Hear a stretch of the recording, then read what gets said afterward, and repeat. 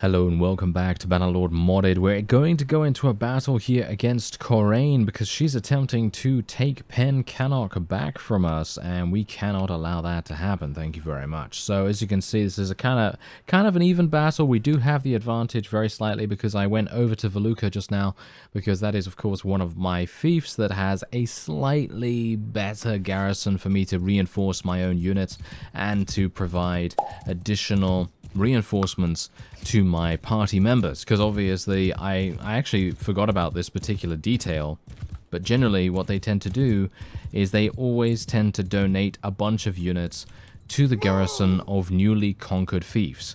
And that's the reason, by the way, why my army diminishes in strength so dramatically after a siege, because when I go back in there, all of my NPC companions, they decide, you know what, this garrison needs some reinforcing, and then they give them almost half of their army or something like that. They give them, I think, 40% of their army or something, which is very, very generous indeed, but that has a huge impact, you know?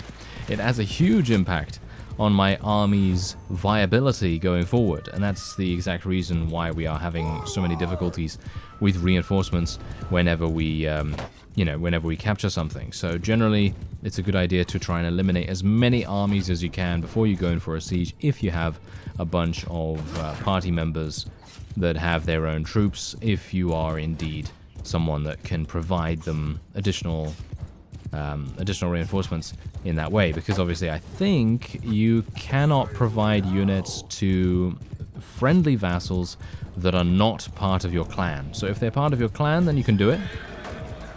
But if they are not, and if they are just random people part of your faction, then you can't do that. So yeah, there's obviously that to take into account as well. So you do need to be a little bit careful about how you do things. Although, bear in mind that even those guys, even the random ones, they are going to be placing units in the garrison as well. But that is obviously not really your responsibility, so to speak. It's not your responsibility to give them units or to resupply their forces or anything like that. However, if they are a clan member, then it is much more your thing to make sure that they're actually working as intended, because if you don't, then they're just gonna dwindle and dwindle and dwindle all the way down to like 50 units or something, and then they're gonna be basically useless in any kind of attack. So that's obviously a bit of a problem. Anyway, let's see if I can... What is actually going on here? Do I... No, there we go. Okay, weird. I'm not entirely sure why my lance unequipped itself for a second there. I have no idea what happened there, but alright, okay. Not too bad, not too bad. Okay, let's just put on auto-delegate for our nice little cavalry people. And I might do a little bit of crossbow action as well. Nice. Hit in the leg and still a kill. See, now that's exactly what I'm talking about. So much damage being dealt now by my crossbow. It's really quite amazing. All my infantry forces are going to do a pretty decent job here as well. See, now, the main problem with this Battanian force, from what I can already see from the varieties of different units that are being eliminated right now, is that they have lake rats. Yes, lake rats. Anytime that... Oh dear, this guy just died. That might be problematic. I'm not entirely sure. If he's the last of his clan, then we are obviously going to have a problem. Oh, yeah. That's actually something that I wanted to mention in the previous episode, because I think I saw a comment on the episode before the last one, and it was very helpful, and I forgot to mention that. But basically, someone said the reason for the crashes, or a potential hypothesis or theory why that is happening. And you said something like hero protection being enabled or something along those lines. Because if hero protection is enabled and they get themselves killed, then it might be causing a conflict of some kind within the Heroes Must Die mod or something along those lines. And now I have checked. There is hero protection available in a variety of different mods that I have installed at the moment, but they are all disabled. Every single little bit of hero protection is disabled. So it cannot be that, unfortunately, causing the crashes. If it was, then that would be fantastic, because then we would finally have figured it out, and then we could actually do something about it. You know, I could actually change that setting, and then we would be in a pretty decent spot. But yeah, Unfortunately, that is not the case. So I'm going to still have to try and work out... that's the thing. I either have to work it out, or I just have to be really careful about eliminating enemy units or enemy vassals or something. Even though, generally, you can't really be careful about eliminating them. Because you're going to eventually have to, you know, take them down in some way or another. I suppose the one thing that I could do is just do auto-resolves most of the time. If I do auto-resolves most of the time, then of course that's going to make it so that we don't actually eliminate people on the field of battle, and that might prevent them from having a problem. But that is just a theory as well, so not entirely sure. Anyway, just going to tell everyone to charge in here just so that they can get this done, and we're going to go zoom, zoom, zoom. There we go. Zoomy, zoomy, zoomy, zoomy, zoomy, zoomy. And there you go. That is it. That is done. And that is another battle over with. And what we're going to do now is we're going to move on to the next fief. Because obviously, as I said before in the previous episode, I really do want to eliminate the Battanians as fast as possible. If we can eliminate them, we are going to be in a fantastic position as our faction. Our faction is just going to be able to spread out from this point. I mean, generally, they should be able to spread out as it is, but generally, that's going to be a much easier time for them. I mean, you can see here, look at this. Look at what's going on here. They've taken these two. Well, technically, I took this, I think, and they took this one over here for some reason. And the Western Empire actually has taken Omor, which is rather amusing to me. I think they took that a while ago, but oh well, never mind. And obviously, you've got the Khergits here. Oh, not the Khergits, the Khuzait. Ah, actually, the Khergits, yes, indeed. So we do have... Wait a minute. Where are the Khuzait? There? Is that them? No. No, that's the Khergits as well. Have the Khuzait been eliminated? I don't think so, right? No, there they are. They have one castle. Are you serious? They literally have one castle? No, they have two castles. Wow, how the mighty have fallen, eh? Yes, the mighty have fallen a great deal, in fact. That is quite shocking, to say the least. Anyway, there you go. We are done with that particular battle, so what we're going to do now is we're going to make our way over to Druimore Castle. I'm thinking we'll probably try and take that as soon and as fast as possible, and then we'll move on to Caer Banseth, which is very, very much close to that, and then we'll see what else we can do. I mean, Sargeth is here, and a couple of other castles as well. The castles are going to be a bit of a pain. You can see here that there's another castle under siege by someone. I don't know who is besieging that. Probably some Battanian or another.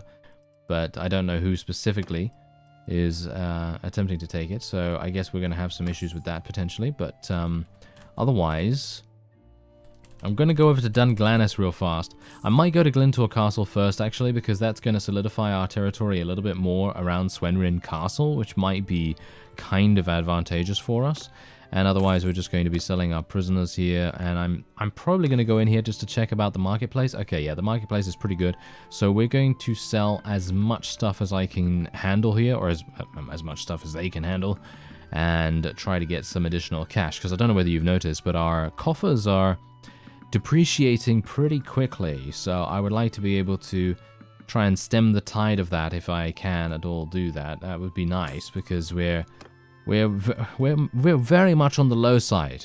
I don't know whether you can tell that, but yeah, we're very much on the low side in terms of our cash.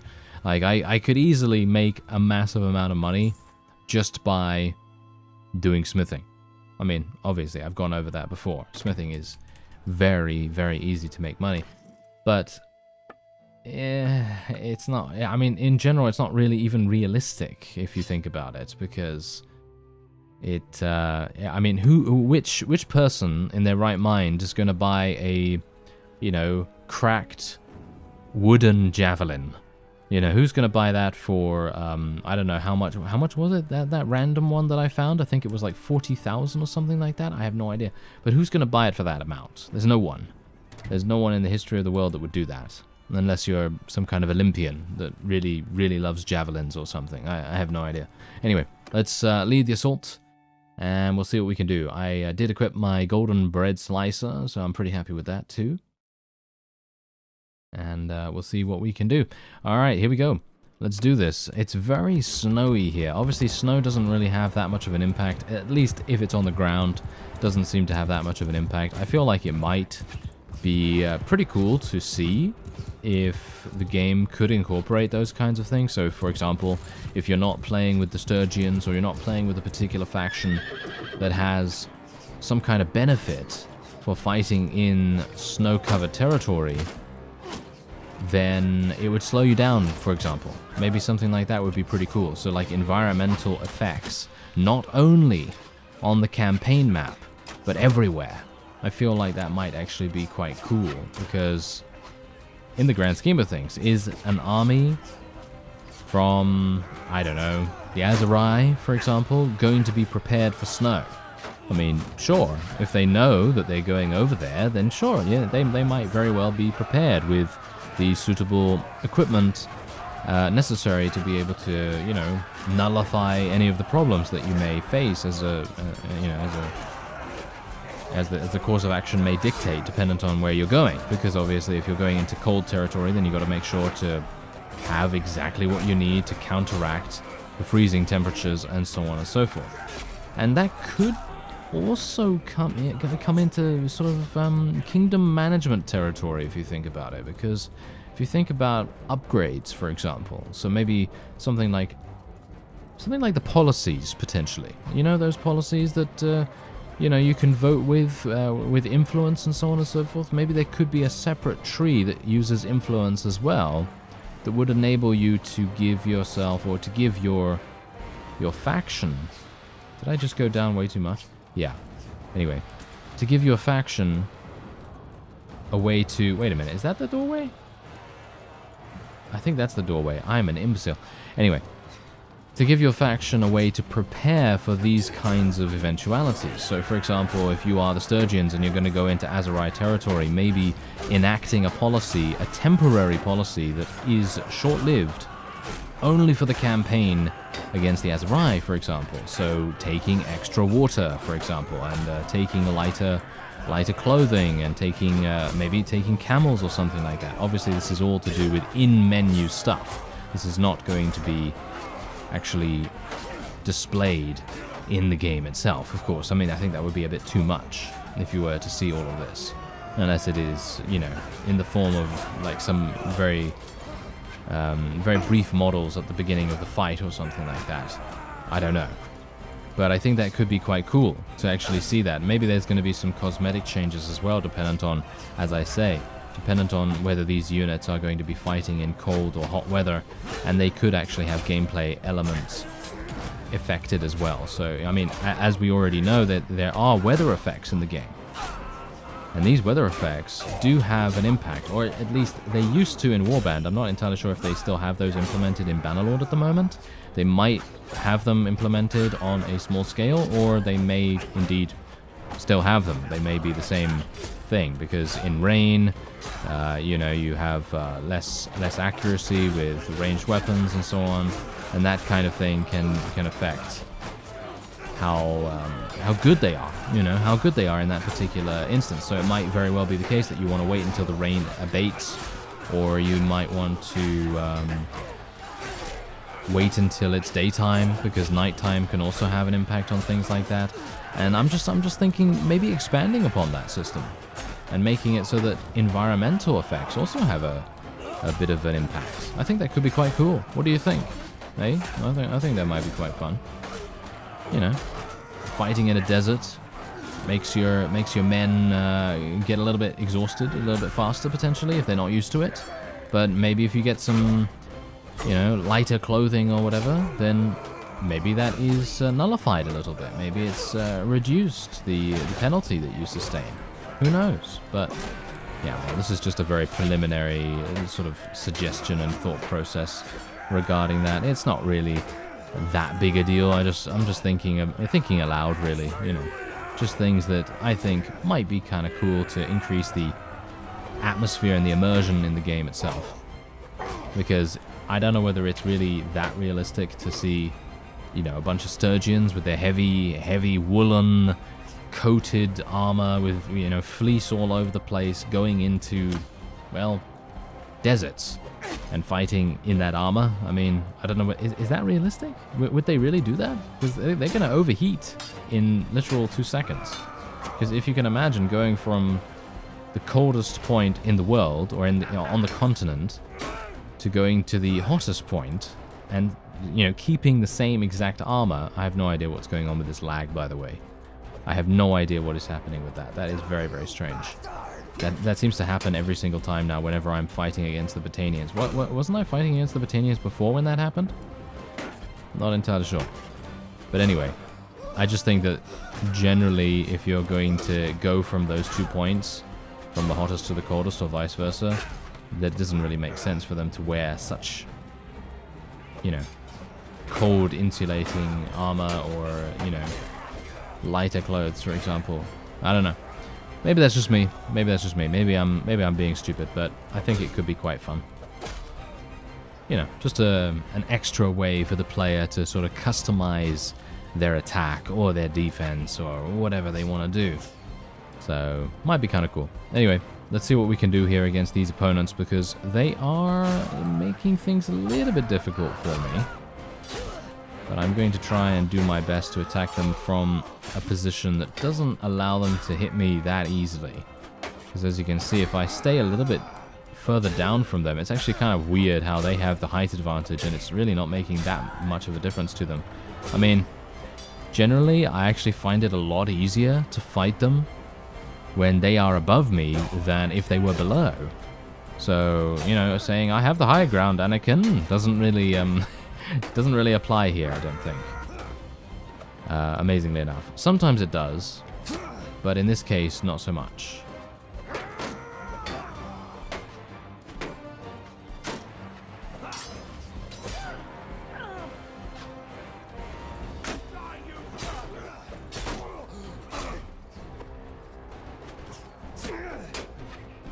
I've got to be a bit careful here. There are some ranged units behind me. They're actually shooting me in the back right now, so I should really go over there and see what I can do. Another lag. Okay, I apologize. I apologize. I'm not entirely sure what I can do about this. Okay, there we go. Wow. Yeah, I might just want to finish this up, to be honest, because I'm super worried about... Oh, yeah, Okay, yeah. Moving while zoom mode is enabled. Probably not the best idea, eh? Yes. Probably not the best idea at all, but I'm just gonna let this play out, because I think we're probably going to achieve victory. I mean, all things considered, I think we will probably achieve victory. We did have the advantage going in initially, but we are going to lose more units as a result of me not actually helping our forces. So that's obviously a bit of a problem, but this really weird lag that happens, I have no idea why that is happening, because it has not happened for the entirety of this playthrough so far, with the exception of the past 2 or 3 episodes. So it must be something to do with the game getting to a certain point potentially, or maybe it's just because I am indeed fighting Battanians, because we've had that kind of problem in the past where Battanian units and indeed some of their armor has actually caused my game to lag out for no apparent reason whatsoever. So it could very well be that that's happening again, which is really, really sad, because I would much prefer that not to happen if at all possible. Anyway, I'm going to claim this fief once again. I know, we're being kind of, I don't know, kind of a bit audacious with our claims right here, but I feel like we really need to. I feel like we really need to, so that we can actually, you know, protect the realm as much as we possibly can. Now, bear in mind, now look at this. Look at what has happened. You see all these units right here? These are my units from my party. Not from my party specifically, but from my party members' parties. And they are the main reason why we are losing so many high-tier units, which is really kind of irritating. It is kind of irritating. I don't think I can turn that off either. I don't think there is an option for me to turn that off or anything. So I'm going to just have to leave it the way it is, unfortunately, for the moment. And we're just going to sell a bunch of loot here just to get my money back into a decent spot. Usually I'd like to have around 500,000 just in case. But having about 300 should do quite nicely for the moment. So I don't think that's too bad. Anyway, let's have a look and see exactly what's happening here. We have Care Seth now. And you can see here, look at this wonderful little area here that we've solidified now. This is looking really, really nice. The only thing that is kind of disrupting that beauty is Dunglanis, which is obviously under control at the moment by the Cortanian Vlandians. Not a big fan of that. So I'm not entirely sure what we're going to do about them. But I am going to chase after this fellow if I can. Yeah, the lag does not happen on the campaign map either, as far as I can tell. So it seems to me like it only happens in a siege. Because I don't think it happens in field battles either. I can't recall whether it has happened in a field battle. So it must be a siege problem specifically. But, well, whatever. Maybe we'll see at some point whether that is indeed the case or not. Anyway, Lance of Destiny, you're up. Thank you. Thank you very much. And let's have a look and see what else we can do here. Okay, so Druimore Castle. We're probably going to go in there in just a second, but I'm a bit in two minds about this, because on the one hand, I obviously want to take this and try and expand our territory even further, but on the other hand, I am really worried about my own army, because we are losing more and more units to... oh, there's only 150 people here. Alright. Well, that's actually not even that bad. But yeah, we are generally losing more and more units to the various garrisons that we are taking. So that's, you know, it's kind of bad. You know, it's kind of bad. Anyway, I'm thinking we're probably just going to...